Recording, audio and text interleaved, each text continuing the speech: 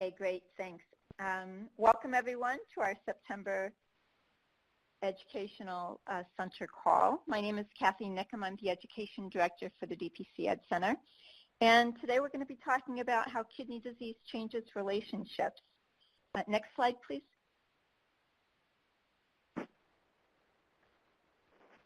And at this moment, all of your phones are muted. We will have time for discussion and question and answers later in the program. So if you want to unmute your phone when we have questions, it's #6 and then mute back is *6. You can also ask questions or make comments in the chat. Today's program is sponsored by NextStage. NextStage allows patients to perform home hemodialysis in the comfort of their own homes, thus allowing that they get more frequent dialysis. And they are also sponsoring our two presenters today. Thomas Holmes is 47 years old and has been diagnosed with kidney disease in 2009. And so he's going to share his story first, and then Alfonso Jefferson, who's 43, who has been on dialysis for 20 years, will share his story at that point. And then after they both share their story, then I'll have some questions for them. But as we go through our time together today, they're going to share their stories. They're going to provide tips for telling family and friends and coworkers about having kidney disease. And they'll have some suggestions for you on dealing with changing relationships. So, Thomas, if you're ready, I'd like to turn the program over to you. Yes, ma'am. As was mentioned, my name is Thomas. I'm 47 years old. I started this journey in 2009. When they diagnosed me, it came on me really quickly. I had been a type 1 diabetic since 16, so I was working out twice a day to keep my sugars and everything else in check so I wouldn't lose my kidneys. When I was diagnosed in February of 2009, they told me that I lost my kidneys for a totally different reason, that an autoimmune disease killed them. So I was actually quite depressed and upset because I had done everything right up until the diagnosis. So that was one of the things that was a challenge for me personally. After being very active playing high school football, playing college football, running several marathons, to be told that what I wouldn't be able to do again was heart-rending. As a matter of fact, for the first 18 months of my diagnosis, I wasn't mobile. I couldn't walk or drive. I had over 172 liters of fluid on me. I was over 400 pounds, dialyzing up to 6 hours a time, Monday, Wednesday, and Friday. So it was a bit stressful for everyone concerned, myself, my family, my kids, my friends. It was a life-changing event. The thing that I really appreciate about the NextStage machine is that it gave me back that quality of life that I was used to. After dialyzing more frequently at home, I was able to start participating in life again. I was able to start walking again. I actually started driving again after I completed the training course to go home. And that started bringing a smile back to my face. The mean guy who was just told what he can't do in life sort of went away. The guy who had to be catered to by everybody went away. I was able to do things autonomously, and I was able to be more of an active participant in everyday life. And that's a little bit of my story.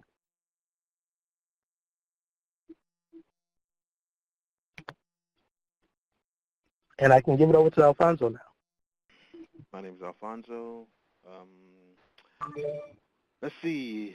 I got my diagnosis at the age of 21 as I was a soldier in the military, in the Army. It was not a very good day. Being told that your kidneys are failing when you appear to be in tip-top shape, but of course I wasn't. And not soon after that, I was escorted, asked to leave the military. And I, too, was not the happiest of campers. But I did, I got extra cozy with denial. And for the next 2 years, from the age of 21 to 23, I just put it behind me and put it out of my life as if it was not actually happening.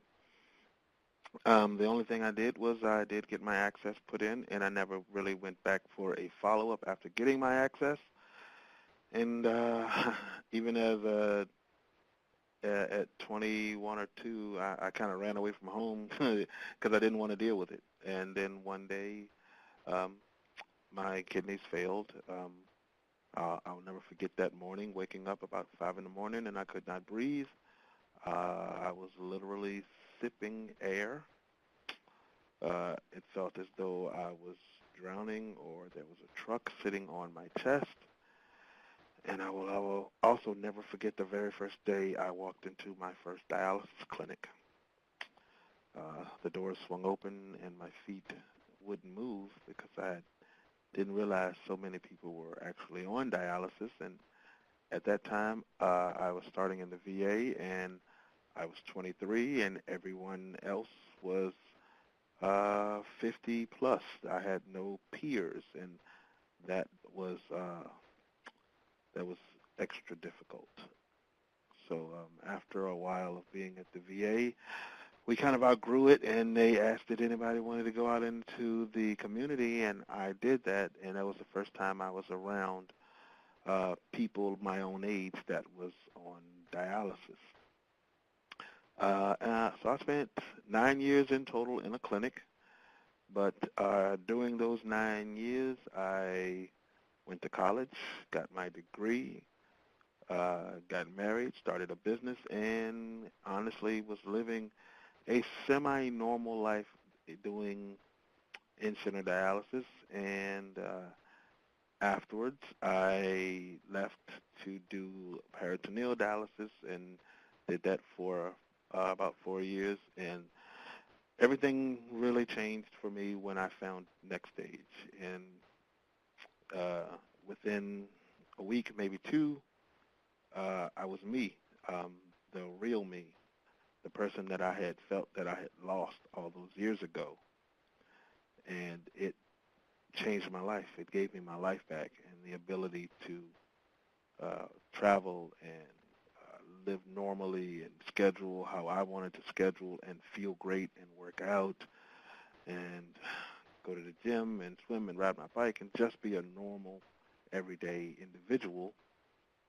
All that came about being on Next Stage, and I've been doing Next Stage for 7 years, and August the 17th of this year was my 20th anniversary on dialysis. So I have been around for quite a while, and now I try to give back as best I can and give information to anyone that wants it, needs it, as far as how they can live long, happy, normal lives while having kidney disease. Thanks. Alfonso. Yeah. And thank you, Thomas, Thomas, for sharing your story. And the next slide has a few pictures of Alfonso. And as you can see, he very much went from denial and being very unhappy to living life fully again. What I'd like to do at this point is talk about how your relationships with people might have changed once they learned about kidney disease, or even how you shared with them that you had a chronic illness. I know, Alfonso, you said you got married, so at some point I would guess that you told your girlfriend that you had this condition. And can you share with us what it was like, or if you had fears about sharing it, if it was uncomfortable? What can you share with us? And then, Thomas, if you want to share when you shared with your wife, too. Well, Okay. Of course, I did this as a college student, and everyone knows people when they're in their 20s, they hate anything different. I wore a long sleeve shirt to school every day, and I live in Virginia, so that was not pleasant during the summer months. But I wore a long sleeve shirt pretty much every day, and I remember meeting this young lady that I liked, and we ate lunch every day, and we studied and did a lot of things every day. And then one day she went to grab my hand, and she grabbed my wrist, and she felt my access, and she freaked out. And from that day on, once I told her what it was, we didn't hang out anymore. So after that, I really thought that I would never tell a single soul about it. And I met my wife, honestly, actually at my house. A friend of hers was a friend that came to see a friend of mine, and we hung out. And we hung out for a long time, long sleeve shirts, like normal. And so I did not, I really like this person, and I know what has happened to me in the past. I don't want to tell her, but I'm going to have to tell her. And for her, the day came where I sat her down and told her, I basically rolled up my sleeve and told her to tell her what was going on. And before I could get my sleeve all the way up, she said, "Oh my God, you're on dialysis." And I thought, "Oh my God, she's already knows what this is." And she actually, my wife was in the band, and she had a bandmate that was a dialysis patient. So she already knew pretty much, the basics about what dialysis was, and that was probably the greatest news ever, that she wasn't going to basically run screaming that I had a chronic illness. And it was because of that was probably the last day I wore a long sleeve shirt. I started going to class with my short sleeve shirts on, and I did my senior speech in my speech class was on kidney disease, dialysis, and organ transplantation, and I handed out donor cards to everyone in class. And of course, they had been in class with me all semester, and no one knew. And there were some people that I had known for years, and no one had ever known that I was on dialysis. So it was kind of a shock to everyone. But it was important, because I taught a lot of people a lot about the realities of what we go through, and not the myths and the fears that people have. Great story. Thank you for sharing those. Thomas, do you have anything? Yes, ma'am. It was really difficult for my wife when we first found out about my diagnosis, because being very healthy and very active to declining so rapidly. When I was diagnosed in February, I was at stage 3. By the following month, I was at end stage. It was so aggressive. The autoimmune disease was that aggressive. The hardest part was my wife lost her brother to kidney disease. He battled with it all his life. After several transplants, his heart finally gave out on him the year before we were married. So that was still heavy on her heart, and she didn't want me to die. So at that point, everyone in the family, close friends, family friends, started treating me with kid gloves, like they were going to break me if they did something too much to me, or if they fed me the wrong things. They thought that I would die. It was surreal for me, because I was taking my brother-in-law, back and forth to the dialysis center before I was diagnosed, and I had no idea, no clue that I would end up walking the same journey that he was on. I really believe that if he had the opportunity to do home dialysis like I was given the opportunity, that he would still be here today. That being said, it was cathartic to go home, because I was able to be able to capture things in life that I wasn't able to do when I was first diagnosed. Most patients were told when we're first diagnosed what we can't do, what we can't have, that we'll always be subjugated to a chair for 3 days out of the week for the rest of our lives. Since going home, being able to walk again, because, again, first 18 months, I wasn't ambulatory because of the 172 liters of fluid. I was able to drive, able to walk again. We even went on a cruise, and we didn't have to go on a special cruise. We went on a regular cruise, and I was able to dialyze in my stateroom, and I was able to enjoy the buffet. And when we got back from the cruise, I was telling my family how much better I felt that I'm not dialyzing in center, and how that I can be treated as a normal person. As a matter of fact, we've made family events where there have been family meals where I would dialyze, and my family would circle around me like it was a normal day. We would play cards. My my young nieces and nephews would sit in my lap while I was dialyzing, and I just blended back into the family environment instead of being that person who they had to use kid gloves with because they didn't want to break me, because they thought this disease would be something that would keep me down. It was, again, a paradigm shift from being pushed in a wheelchair at over 400 pounds to being able to walk around the mall and carry my wife's bags again. That in itself gave not only me but everyone in my family a whole lot of hope that this thing is not only manageable, but you can actually live with and not survive with it. Okay, thank you. So it sounds like you're not treated with kid gloves anymore.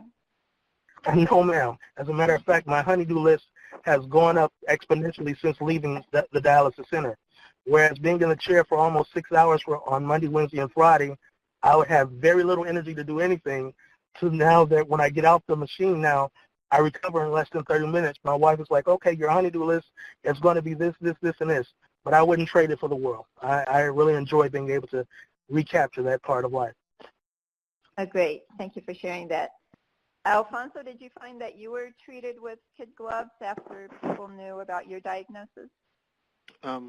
Nah, yes and no. For the most part, I didn't tell anyone. I pretty much did it all on my own, and I did not want to involve a lot of people. So I tried to handle it completely on my own. Friends didn't know what I was really going through or what was actually going on. I'm not a big sharer when it comes to a lot of things in my life, and this was one of them. I rather just, handled it myself. So for a lot of people, when they realized what was going on, they were kind of shocked because they didn't really know, what it was that I had been going through. So for me, I did not want that, oh, woe is me, don't, look at me. I didn't want people to do that because I hate that look of pity, and I didn't want that pity. So I basically just tried to keep it separate from, like, my friends. Now, when I was younger, first getting started, there were several friends that I kind of lost because I couldn't hang out like I used to and do the things that I used to. So that was an indicator for me that I really did not want to have a lot of people involved because I'd have the potential of losing them. Okay. I guess this is a thought for both of you. It sounds like being, quote, normal, being yourselves, being who you are, whether you're a quiet person, whether it's, doing the honeydew list, that being who you are is important to you. It sounds like information sharing with other people has been helpful, helping them to understand what's going on, although, Alfonso, you certainly have shared that there were some fears in sharing because it did change some things for you in some of your relationships.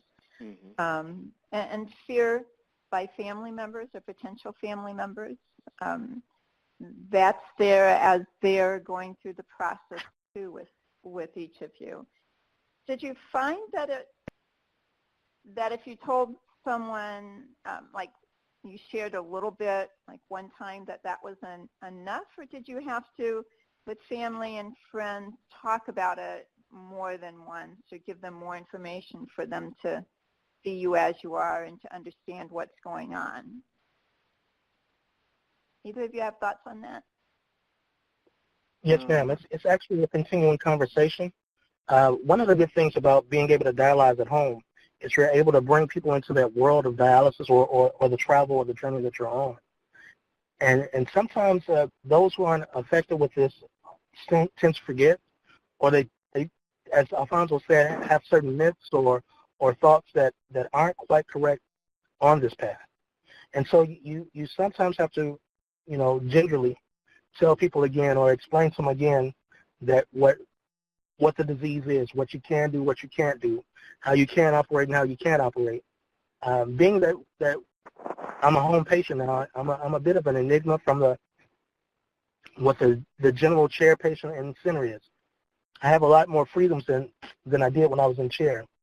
And in center, my family would see me as somebody who was subjugated to being cared for. But now that I'm home, they see me as being at the lead of my healthcare concerns and taking care of myself. So it's the conversation. It's not a hard conversation, but it has to be had several times. I don't think it'll ever stop. There are a lot of misconceptions. There are a lot of different theories that really don't apply, and it's up to us as patients to not really, I wouldn't say correct, but to advise on what the path is for us individually and specifically, because one course isn't going to be for every patient. The way that you treat a patient who's in center, you wouldn't treat a patient at home like that, and vice versa. So it's things that we have to dispel.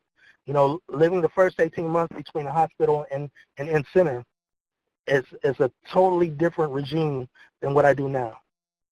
So certain things have to be re-educated, but it's not really a big task either. It's something that I welcome, because the more people who can understand this journey, the more people that they can help. Mm-hmm. Thank you. Yes. For me, I guess it's a little different. As in my family and friends, and you know, that part of me, dialysis is almost non-existent. It's not something they ask about or talk about or anything, because I've reached, I guess, the point of being a completely, totally normal individual, that they don't look at it, think about it, or anything, even in my own house. It's the one thing no one even really worries about, because I make it work so that it doesn't involve anyone but me and the machine. So, you know, I talk about it every day to patients and doctors and nurses and anybody who wants to hear about it. But as far as my family is concerned, nope, not. We don't discuss it at all. Okay. Yeah, I think it's great to hear the two different points of view and how you both handle it. At this point, I've been asking all the questions, and at this point I'd like to open it up to our audience to ask questions. I think the next slide that we have reminds you about muting and unmuting your phone, so everyone right now is muted. So if you can either put a question or a comment in the chat. You can ask both of our speakers, Thomas and Alfonso, or either one specifically. You just need to press #6 to ask your question. Let's open it up now.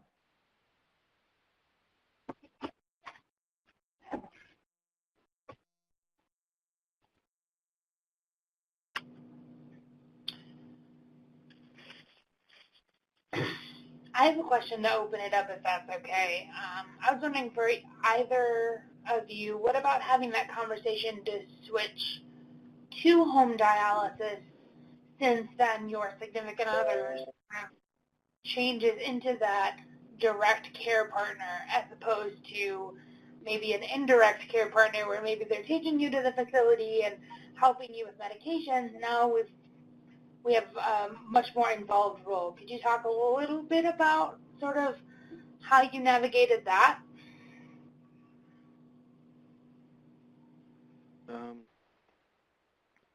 Sure. For me, when I first discovered peritoneal was the first thing I discovered, I didn't have a discussion. It's this is what I'm going to do, basically. And I did it, and same thing came when I found next stage, and this is just what I'm going to do. because I'm told that it's better.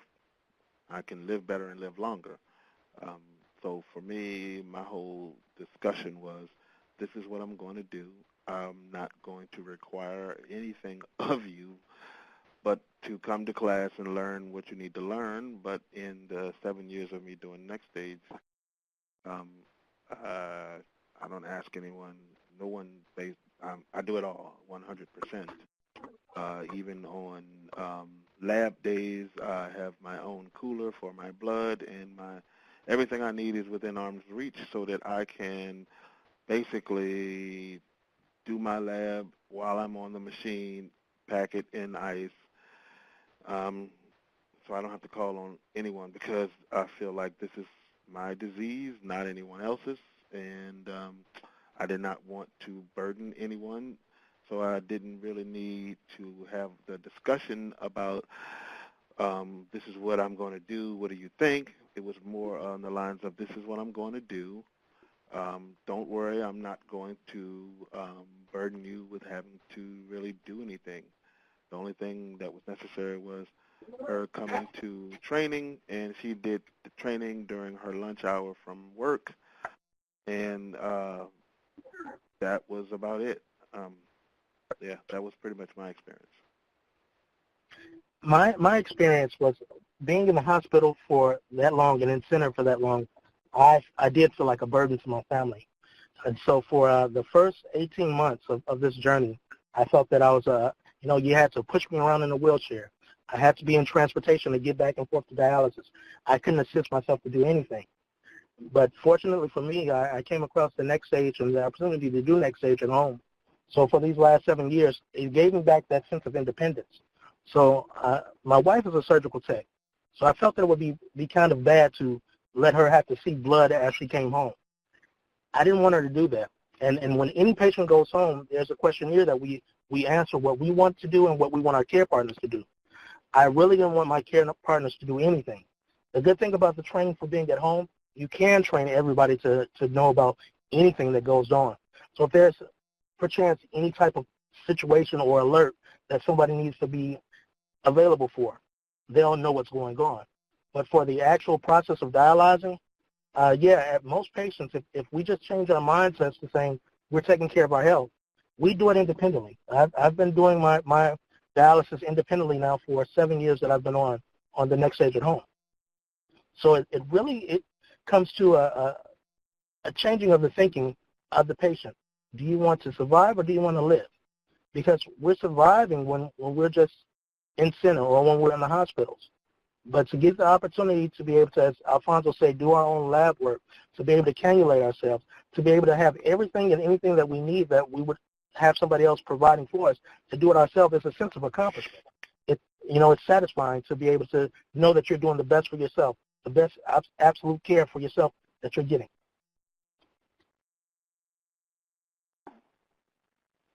Thank you. It was great to hear from both of you on that. That was an important question. Other questions?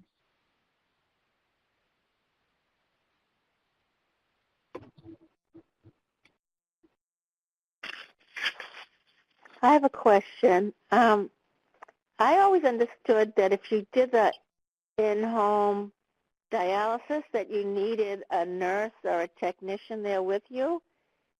Is that true, or it seems like both of you are doing it alone?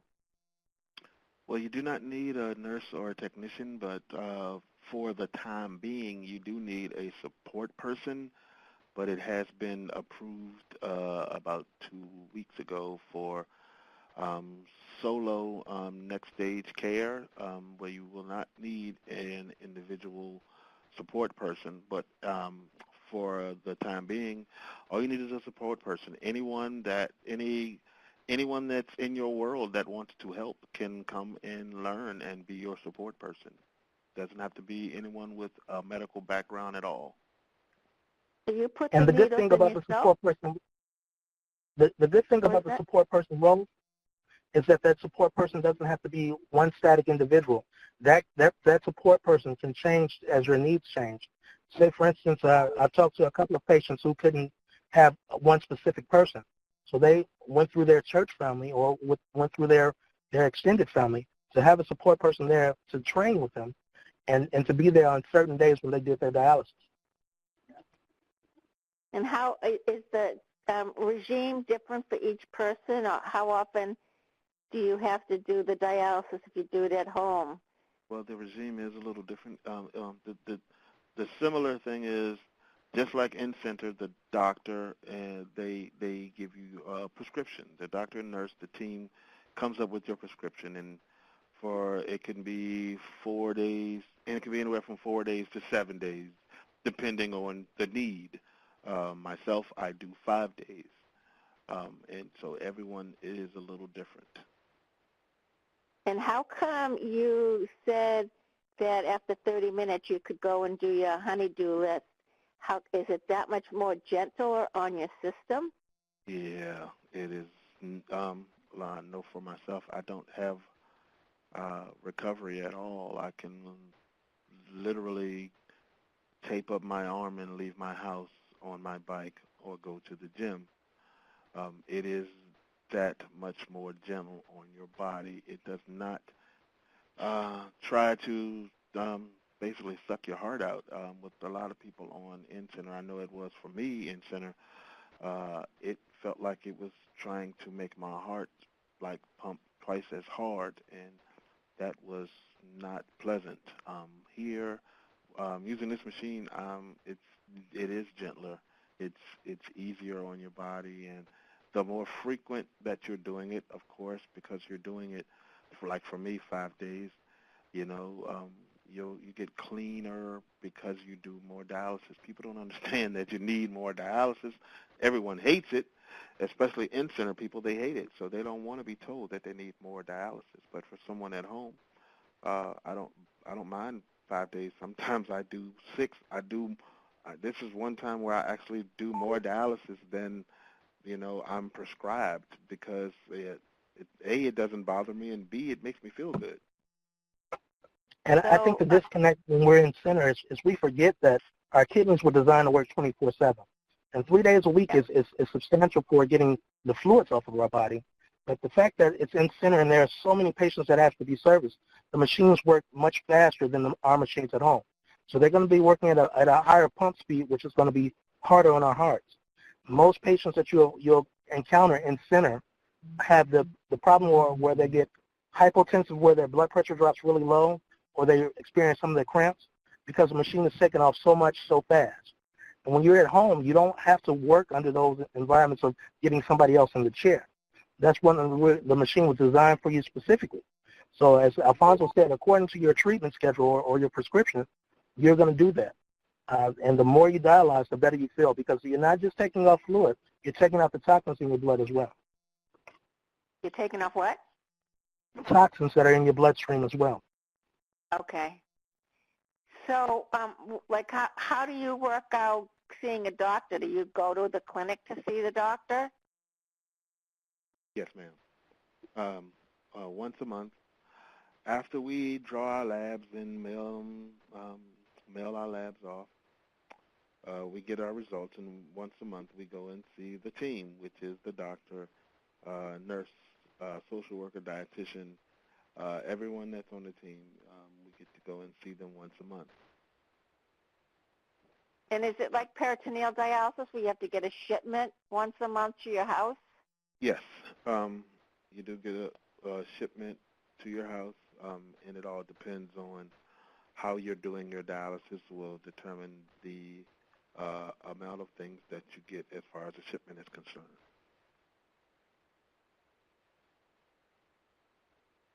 And you have to put the needles in your fistula yourself? Oh, I do not trust anyone else to stick me. I stick myself. Even if I'm in the hospital for something unrelated, I had a shoulder surgery, and I still had to, I don't trust anyone. Once I learned how to cannulate myself, I have never let another soul stick me again. Wow. Are you a nurse? I am not a nurse. Wow. Yeah, I think Alfonso is showing that certainly independence, self-management self-care play a big part in his life. And there are patients who dialyze in-center who also stick themselves and do as much as they can for their own self-care, self-management, for their attitude, for their independence, for their safety.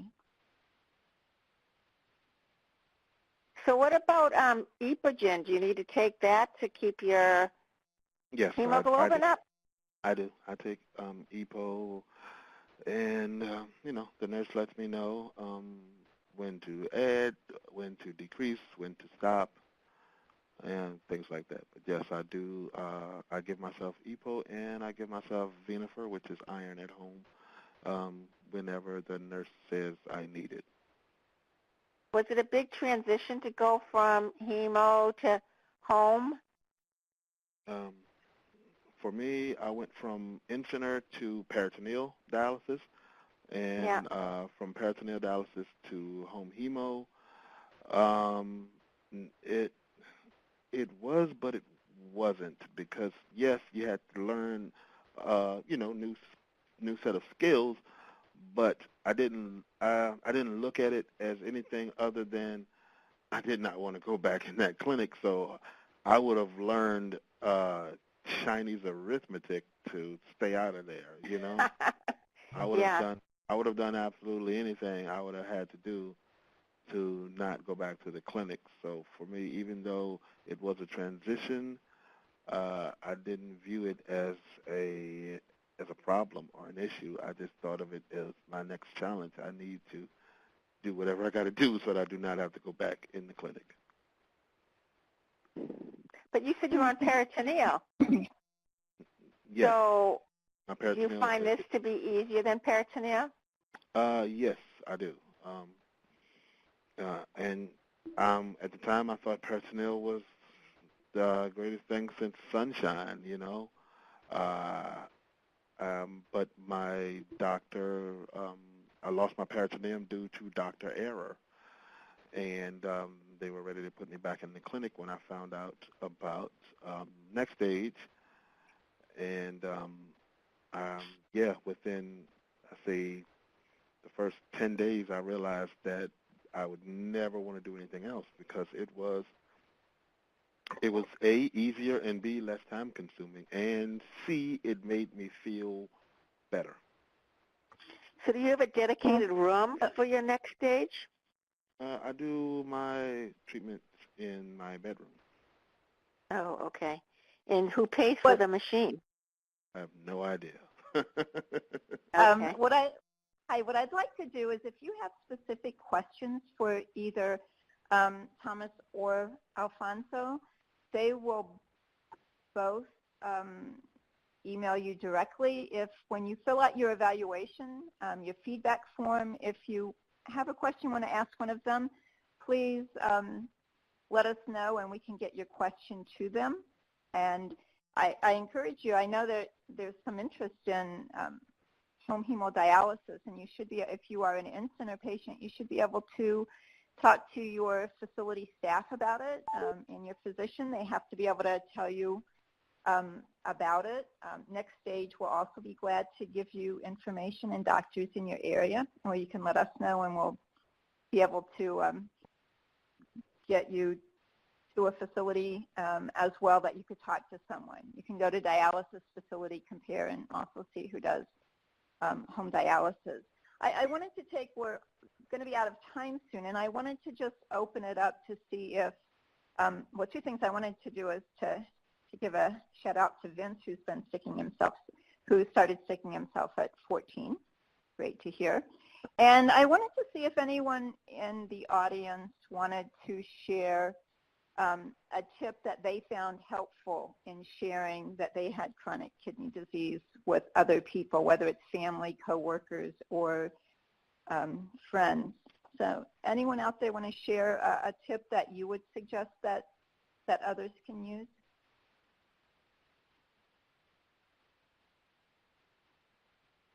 Hi there, this is Julie. It's not really a tip, it's just kind of my story. So I started at 7, and I started on peritoneal.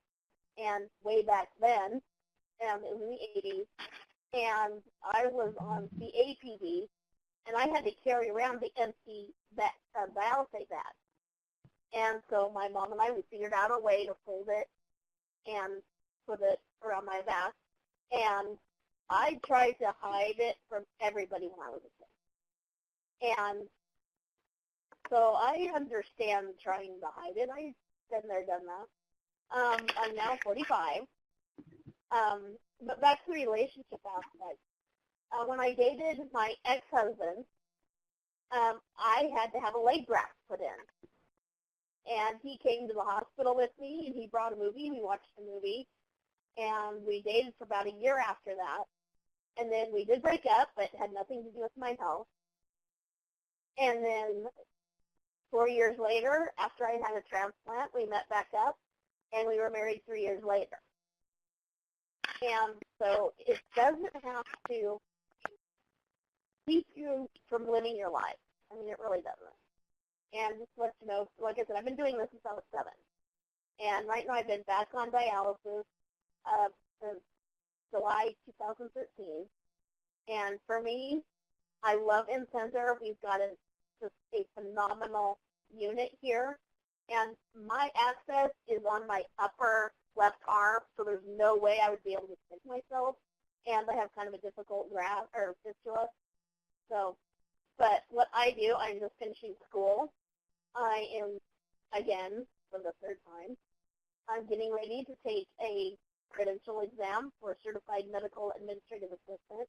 I am vice president of one of our many local community theater groups.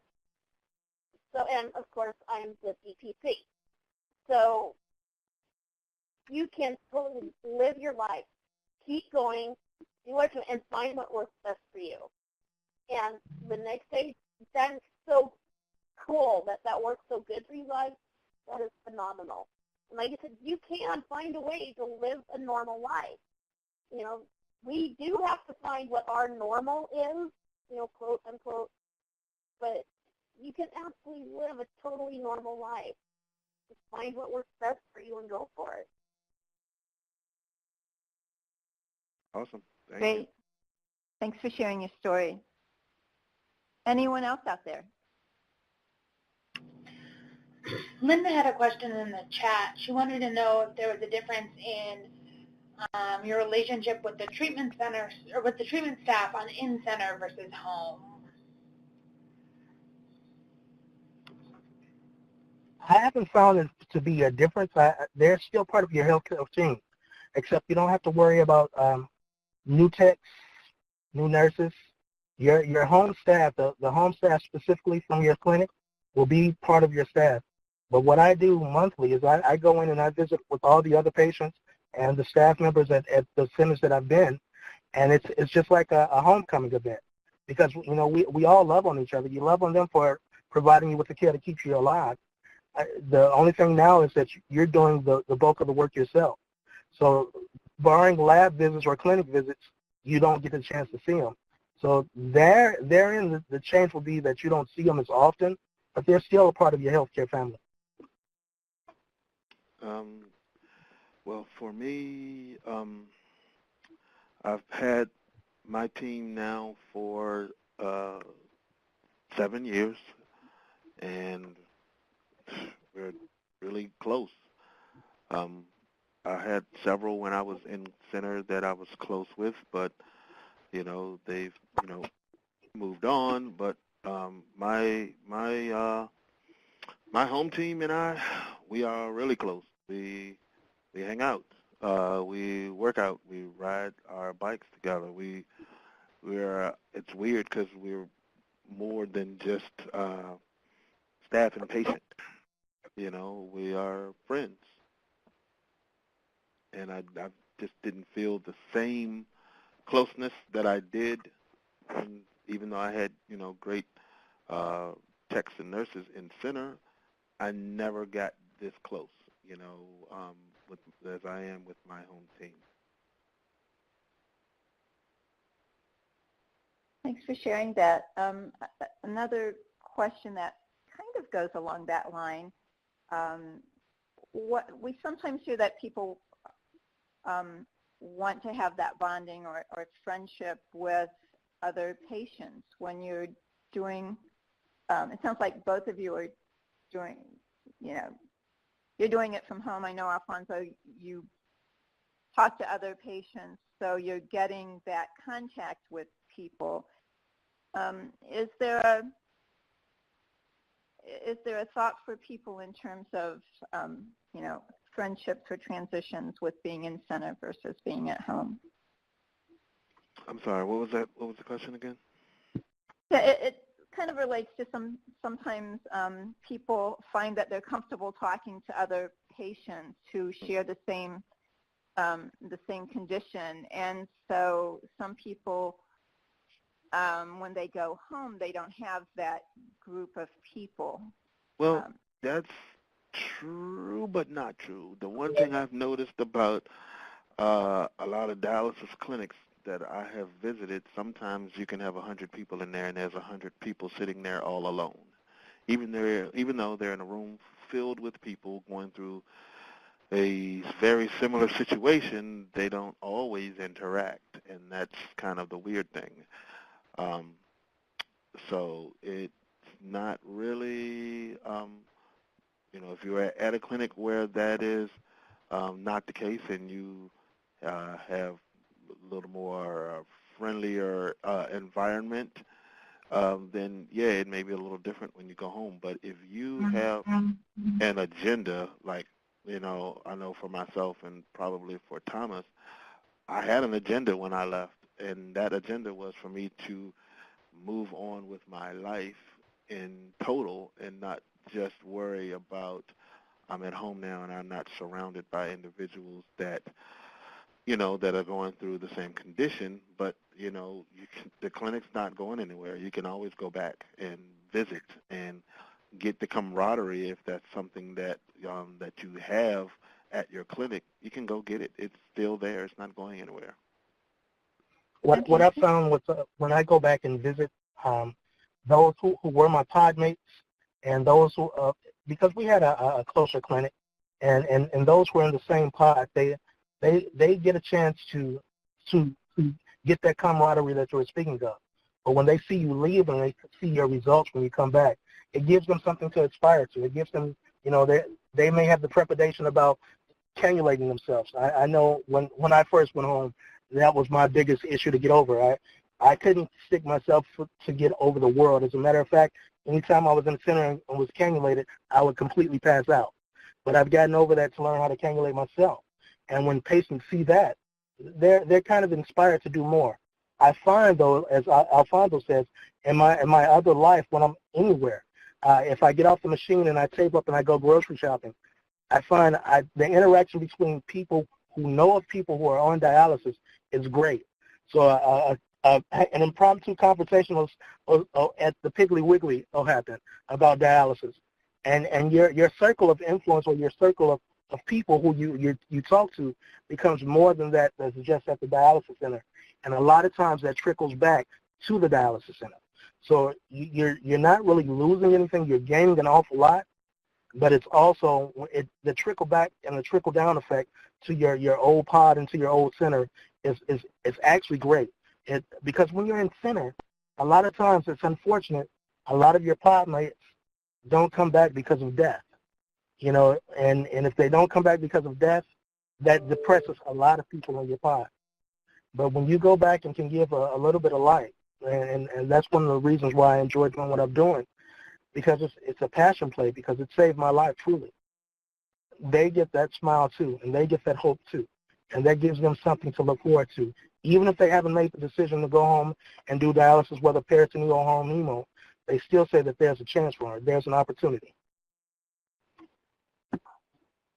Thank you for sharing that. So I think we see that relationships, they stay the same. Some relationships change. The camaraderie with people, both who share the same disease and those who don't, you can have both, and that doesn't need to change. if there are no further questions, I think, Christy, we have one last slide. I'd like to take a moment and thank all of you for joining us today. Our next webinar will be on October the 18th at 3 p.m. Eastern Time. It's titled Safe or Scary, Navigating the Grocery Store. And we'll have a dietitian share with you some tips and some information on doing that. Again, we do have a feedback form. We appreciate your comments as well as suggestions for additional topics as we're planning our webinars for next year. And if you have specific questions that you want us to share that you didn't feel comfortable or didn't think about while we've been on the call today, send us those and we'll make sure they get answered as well. So thank you, everyone, for attending today. Thanks for having me. I appreciate it. I appreciate both of you sharing your stories and answering questions for folks. Thank you so much. Oh, you're so very welcome. Thank you. And we appreciate Next Stage for sponsoring today's program. Thank you. Bye-bye. Bye-bye.